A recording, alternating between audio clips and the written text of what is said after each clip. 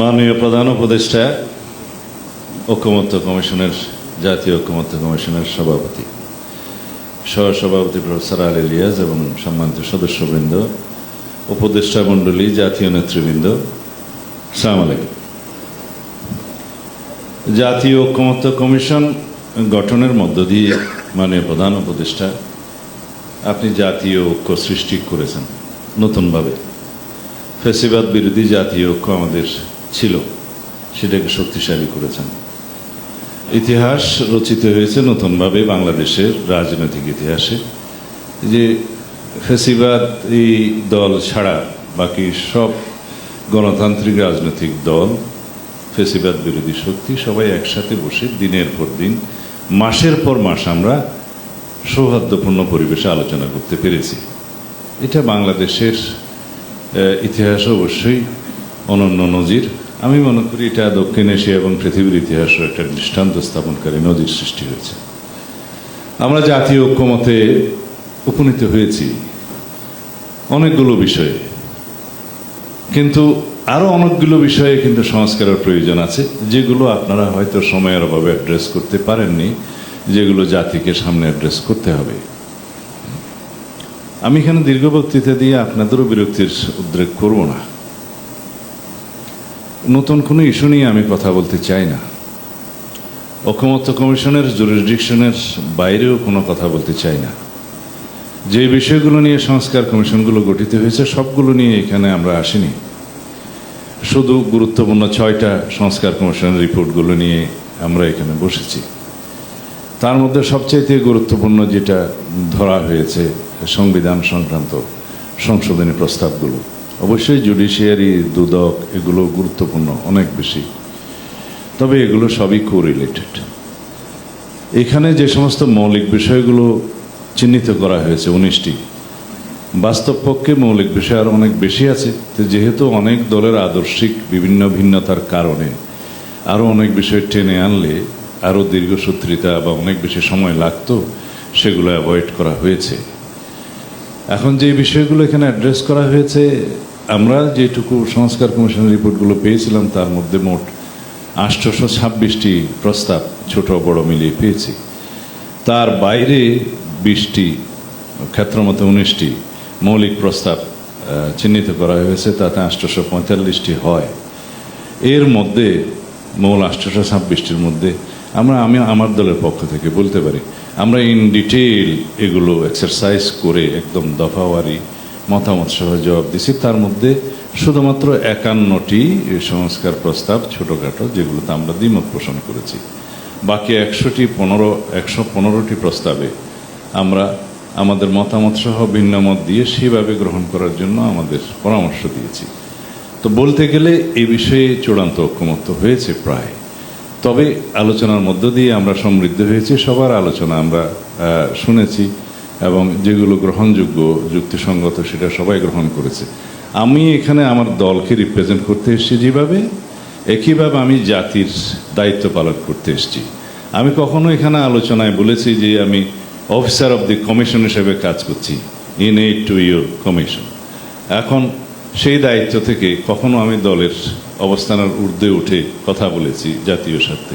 সেই হিসাবে আমি অনেকের মধ্যে লক্ষ্য করেছি সেই জাতীয়টা বা জাতীয় দাবিটা অথবা জাতীয় দায়িত্ব পালন করতে, সেটা আমি অ্যাপ্রিসিয়েট করি। কিন্তু দিন শেষে আমরা এখন যখন বাস্তবায়নের প্রক্রিয়ায় চলে এসেছি, এখানে আমার কাছে মনে হয়েছে আমরা বোধহয় এটাকে আরেকটা জটিলতার দিকে নিয়ে যেতে চাচ্ছি। কিন্তু ন্যাশনের কাছে আমরা এমন কোনো প্রেসিডেন্ট রেখে যেতে চাই না, অন্ততপক্ষে হেডেড বাই প্রফেসর ইউনুস, যেটা দুদিন পরে টিকবে না, যেটা দুদিন পরে জুডিশিয়ারিতে নাল অ্যান্ড ভয়েড হয়ে যাবে, যেটা দুদিন পরে চ্যালেঞ্জড হয়ে যেতে পারে।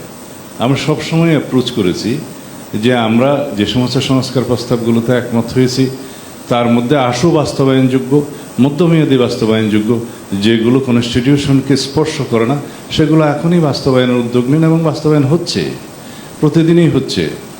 হয়তো আইন মন্ত্রণালয়ের মাধ্যমে সেগুলো প্রসেসড হয়ে ক্যাবিনেট পাশের মাধ্যমে অধ্যাদেশ অথবা নির্বাহী আদেশের জন্য যেগুলো অপেক্ষমান আছে কিছু সময় লাগে, প্রসিডিউরাল বিষয়। বাট সব কিছুই পাইপলাইনে আছে বলে আমরা দেখেছি এবং বিশ্বাস করি এগুলোর মধ্যে বাস্তবায়ন হয়ে যাবে।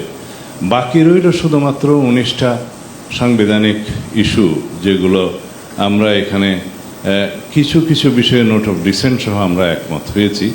কারণ আমরা আমাদের বিবেচনায় মনে করেছি, যেহেতু যেমন আর্টিকেল 70-র ক্ষেত্রে যে 4টি বিষয়ে এমপিদের স্বাধীনতা না থাকলে ভালো হয়, কেউ কেউ দুটো, মিনিমাম সবাই একমত হয়েছে দুটোতে, কেউ 3টাতে। তো এগুলো যেভাবে আমরা নোট অফ ডিসেন্টটা দিয়েছি সেই ভাষাটা উল্লেখ করে সনদ তৈরি হচ্ছে এবং সেইভাবে আমরা স্বাক্ষরিত করব। যারা জনগণের ম্যান্ডেট পাবে তারা সেই হিসাবে তাদের নোট অফ ডিসেন্টটা রক্ষা করে তারা সেটা বাস্তবায়ন করবে। এটা খুব জটিল কোনো বিষয় নয়। এখন সেই রকম 2-3টা গুরুত্বপূর্ণ বিষয় আমি এখানে উচ্চারণ করে সময় নষ্ট করব না, বাদে বাকিগুলো খুবই সিম্পল নোট অফ ডিসেন্ট। এটা বাস্তবায়ন করা খুবই সহজসাধ্য। কিন্তু ফোরামটা কোনটা? ফোরাম হচ্ছে শুধু কনস্টিটিউশনাল প্রভিশনগুলো পরবর্তী জাতীয় সংসদ ছাড়া অন্য কোনো ফোরাম এটা করতে পারে কিনা, এটাই হচ্ছে আমাদের একদম 1 নম্বর প্রশ্ন। যদি পারে, সেই রকম কোনো আইনি সহায়তা বা পরামর্শ যদি থাকে, সেটা দেওয়ার জন্য উপযুক্ত জায়গা হচ্ছে সুপ্রিম কোর্ট। আমরা সেখানে যেতে পারি, সহায়তা নিতে পারি যে এটা আমরা কিভাবে বাস্তবায়ন করব before the formation of the next parliament. আমরা সেখানেও একমত। যদি এর বাইরেও কোনো আইনি এবং বৈধ প্রক্রিয়া থাকে আমাদেরকে জানান, খুঁজে বের করুন, আমরা একমত। আমরা যে কোনো মুহূর্তে সনদে স্বাক্ষর করার জন্য প্রস্তুত আছি, সেটা আগেও বলেছি। আপনি জাতির উদ্দেশ্যে যতবারই ভাষণ দিয়েছেন, বলেছেন আমরা এটা জাতীয় ঐক্যমতের ভিত্তিতে সকল রাজনৈতিক দল যে সমস্ত সংশোধনীতে একমত হবে প্রস্তাবে, সেগুলো আমরা কম্পাইল করে সংকলিত করে একটা জাতীয় প্রতিশ্রুতি প্রণয়ন করব। নিশ্চয়ই আপনার স্মরণ আছে, আপনার 6 তারিখের বক্তৃতা জুনের বলেছেন যে আমরা এখনই কিছু বাস্তবায়ন করব, আর কিছু বাস্তবায়নের উদ্যোগ নেব, যেগুলো অনিষ্পন্ন এবং অসম্পূর্ণ থাকবে পরবর্তী সরকার করবে, এবং পরবর্তী জাতীয় সংসদে সবাই এই সমস্ত বাস্তবায়ন করার জন্য অঙ্গীকারাবদ্ধ থাকবে। এটা আপনার স্পিচ থেকে আমি বলছি। তা আমরা সেই জায়গায় আছি। কিন্তু এরপরও আমি বলতে চাই, জাতীয় স্বার্থে, ঐক্যমতের স্বার্থে, আমাদের ডিসিপ্লিনের স্বার্থে, আমরা ভবিষ্যতে ফেসিবাদ বিরোধী জাতীয় ঐক্যটাকে যাতে ধরে রাখতে পারি এবং শক্তিতে রূপান্তর করতে পারি, সেজন্য আমরা আরও বেশি নেগোশিয়েট করব, কম্প্রোমাইজ করব। আমরা আলাপ আলোচনার মধ্য দিয়ে যদি সেরকম কোনো পন্থা বের করতে পারি, আমরা আমাদের পরামর্শ দিয়েছি, সেই পন্থাতে আমরা একমত হব। এখন যেগুলো আমাদের বুদ্ধি বিবেচনায় আসছে তা হলো, এই যে সনদটা প্রস্তুত হয়েছে তার মধ্যে অবশ্য কিছুটা ক্লারিক্যাল মিস্টেক এবং মুখভ্রান্তি আছে, কিছুটা আবার এক্সক্লুশন হয়। আমি এটা প্রফেসর আলী রিয়াজ সাহেবের দৃষ্টি আকর্ষণ করেছি, এটা আমরা কারেকশন করে দেব। এটা মেজর কিছু নয়, তবে যেহেতু এটা জাতীয় দলিল হবে, রাজনৈতিক সমঝোতার দলিল হবে, ঐতিহাসিক দলিল হবে, সেটা নির্ভুল হওয়া বাঞ্ছনীয়। এবং সবার মতামতে যেহেতু এটা গৃহীত হয়েছে, যে বিষয়গুলো আলোচিত হয়নি সেই বিষয়গুলো ইনক্লুড করা ঠিক হবে না। বিতর্ক যত কম করা যায়, বিতর্ক যত কম সৃষ্টি করা যায়। এখন আসি বাস্তবায়ন নিয়ে, কেন আমাদেরকে আবার বসতে হলো? 31শে জুলাই তো আমাদের সব কিছু সমাপ্ত হয়ে যাওয়ার কথা ছিল। আমাদের এগুলো ওয়াইন্ডিং আপ করে ঐক্যমত্য কমিশনের কর্ম সমাপ্ত হওয়ার কথা ছিল। একদম লাস্ট মোমেন্টে 2-1টি রাজনৈতিক দলের পক্ষ থেকে বলা হয়েছে এটার আইনি ভিত্তি না থাকলে আমরা এই সনদে স্বাক্ষর করতে পারবো কিনা সেটা চিন্তা করতে হবে। তখন আমরা বলেছি, আসুন, যদি আইনি ভিত্তি কী দেওয়া যায় সেই বিষয়ে যদি কোনো আলোচনা হয়, আমরা আলোচনায় অংশগ্রহণ করব। এবং সেই আলোচনা পরবর্তীতে শুরু হয়েছে। সেই আলোচনার আগে আপনারা বিশেষজ্ঞ মতামত নিয়েছেন, তার মধ্যে সাবেক বিচারপতি ছিলেন, আইনজ্ঞ ছিলেন, প্রফেসররা ছিলেন, সবাই আপনারা মতামত নিয়েছেন। তারা কিছু মতামত কম্পাইল করে পরবর্তীতে যে সনদটা ড্রাফট আমাদেরকে অঙ্গীকারনামার অংশটা দেওয়া হয়েছে, সেই বিষয়ে আমরা আমাদের মতামতটা লিখিত দিয়েছি। এখানে অতিরিক্ত কথা বলে সময় নষ্ট করতে চাই না। যেগুলো অগ্রহণযোগ্য অথবা অযৌক্তিক সেই বিষয়গুলো পরে ঠিকবে না, সেই বিষয়গুলো অ্যাড্রেস করা ঠিক হবে না, উত্থাপন করা ঠিক হবে না। যেমন কোনো আদালত প্রশ্ন উত্থাপন করা যাবে না, সেরকম কোনো দলিল হতে পারে না। সংবিধানের উপরে স্থান দিতে হবে সনদকে, সেটা গ্রহণযোগ্য নয় একটা সংবিধান বহাল থাকতে। কিন্তু এর বাইরেও তো আরও অনেক পন্থা থাকতে পারে, যেটাতে আমরা বৈধতা দিতে পারি, এটাকে আইনি ভিত্তি দিতে পারি, ডকুমেন্টেশন করতে পারি। সেটার মধ্যে আপনার প্রস্তাবটাই আমি 1 নম্বরে বলি যে জাতীয় প্রতিশ্রুতি সনদে স্বাক্ষর হয়ে সেটা ওয়েবসাইটে আসবে, সেটা একটা সেরেমনি করে সেটা স্বাক্ষরিত হবে, সেটা প্রত্যেক দলের রাজনৈতিক ম্যানিফেস্টো হিসাবে ইশতেহারে উল্লেখ থাকবে, নির্বাচনের আগে জাতির কাছে প্রতিশ্রুতিবদ্ধ হবে, যারা ম্যান্ডেট পাবে তারা বাধ্য হবে, যেই সংসদে যাক সেই বাধ্য হবে এটার প্রতি অনুগত থাকতে। এটা এক। এটাকে যদি সফট মনে হয় যে প্রতিশ্রুতি বাস্তবায়ন করবে কিনা সেই গ্যারান্টি কি, এই প্রশ্ন যদি আসে, সেই জন্যেই বাকি প্রসেসটা শুরু হয়েছে। তাহলে আইনি ভিত্তি কি? আমরা বললাম যে এটার কোনো বৈধ আইনি এবং সাংবিধানিক ভিত্তি দেওয়ার মতো যে কোনো পন্থায় আমরা রাজি হব। সেটার একটা মতামত নিই আমরা। চলুন আমরা অ্যাপেলেট ডিভিশনের পরামর্শ নিই যে এটা কোনো এক্সট্রা কনস্টিটিউশনাল অর্ডার অথবা স্পেশাল কনস্টিটিউশনাল অর্ডার করে এটা করা যায় কিনা, সেটাও তাদেরকে প্লেস করা যায়, মতামত নেওয়া যায়। তাহলে পরে ভবিষ্যতে জুডিশিয়ারিতে সেটা চ্যালেঞ্জ করলেও বলতে পারবে যে এটা আমরা মতামত দিয়েছিলাম। এখন সেটা পরামর্শ আকারেও দিতে পারে, এন্টারটেন করতেও পারে, নাও করতে পারে, বাট আমরা তো পাঠাইনি এখনো। এটা একটা।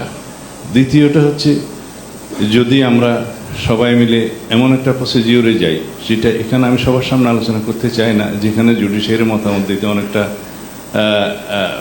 এটা অ্যাডমিট করতে বাধ্য হবে যে ঠিক আছে আমরা এটা অ্যাডমিট করলাম, একটা প্রসেস আছে, সেখানেও তাদের মতামত নেওয়া যায়। এটা হচ্ছে all about judicial opinion. But practically যেটা দাঁড়াবে, যে প্রস্তাবগুলো এখানে এসছে যে স্পেশাল কনস্টিটিউশনাল অর্ডার নেই, সেটা আপনি করলেন, আমরা কেউ কিছু বললাম না।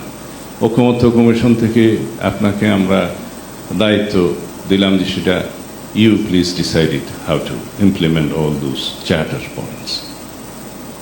তারপর আপনি করলেন। কিন্তু যে কোনো একজন সিটিজেন যদি সেটা নিয়ে চ্যালেঞ্জ করে কোথাও যায়, আমরা করলাম না, পলিটিক্যাল পার্টিস, সেটা আপনার গ্লোবাল রিপুটেশন নিয়ে অনেকে হয়তো কোশ্চেন তুলবে। সেটা আমরা কখনোই আপনার উপরে যাক সেটা চাই না।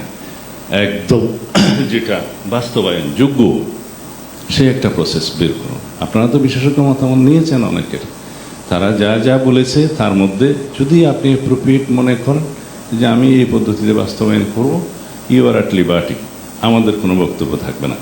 যদি আপনি উপযুক্ত মনে করেন আমি জুডিশিয়ারির মতামত নেব, ইউ আর অ্যাট লিবার্টি।